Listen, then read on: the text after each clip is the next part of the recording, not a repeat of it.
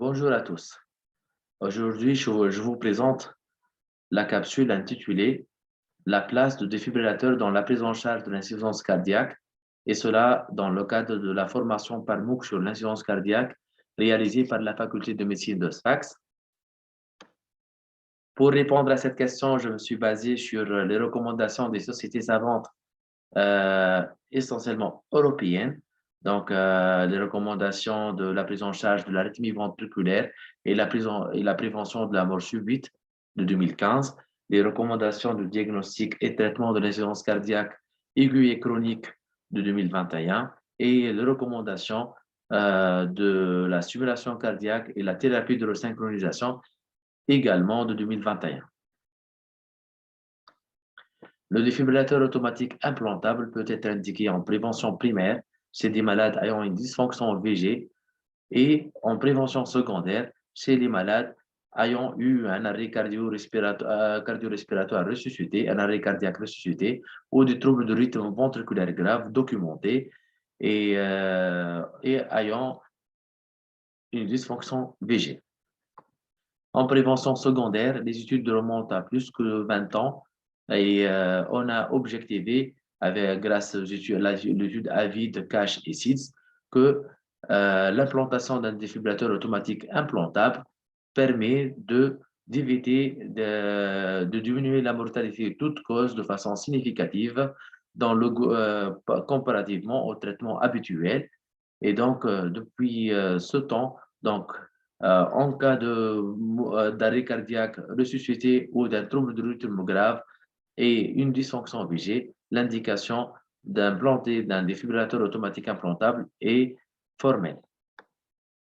En prévention primaire, donc, c'est-à-dire chez les patients ayant une dysfonction VG qui n'ont pas présenté des troubles de rythme grave ou un arrêt cardiaque, un arrêt cardiaque. Donc, il y a plusieurs études comme MADIT, MAST, MADIT2, DEFINITE, SCD, HF, TRIS. Donc, ils ont inclus des malades ayant une cardiopathie ischémique ou non ischémique avec des effets VG entre 30 et 40%. Et chez ces malades, on a objectivé encore une fois en prévention primaire une diminution de façon significative de la mortalité toute cause. Et c'est dans ce sens que les recommandations de la prise en charge de l'arythmie ventriculaire et de la prévention de mort subite.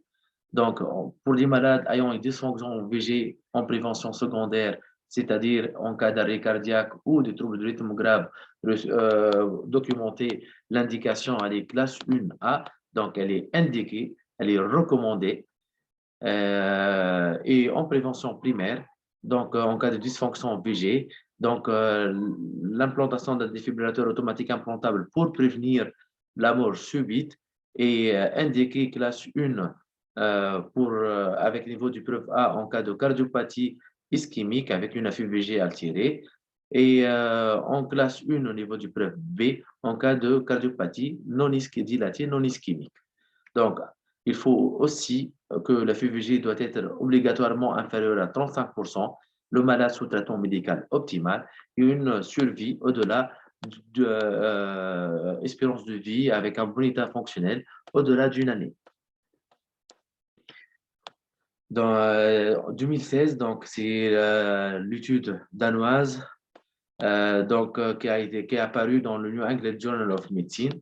Donc cette étude a pris des malades qui ont une insuffisance cardiaque avec des FIVG inférieurs à 35%, ayant une cardiopathie non ischémique avec un YHA entre 2 et 3 et un suivi de plus de 5 ans. Et donc, les malades ont été divisés en deux groupes. Groupe chez qui on a implanté un défibrillateur automatique implantable en prévention primaire et un groupe témoin chez qui on a mis, on a rien implanté. Et pendant le suivi, on n'a pas mis en évidence une diminution de la mortalité toute cause chez le groupe implanté comparativement au groupe témoin. Donc, pour nous, on conclut que en cas de dysfonction VG, c'est-à-dire une FIVG inférieure à 35%, et c'est des malades ayant une cardiopathie non ischémique, donc il n'y a pas un vrai gain pour le critère de jugement majeur qui est la mortalité toute cause pour les malades implantés comparativement aux malades non implantés. Pour l'analyse des sous-groupes, donc pour les malades qui ont eu des événements de troubles du rythme grave, et ben, bien sûr, la mortalité, elle est meilleure dans le groupe implanté d'un défibrillateur automatique implantable par rapport au groupe contrôle. C'est dans ce sens que les recommandations 2021, elle a repris les recommandations 2015 de la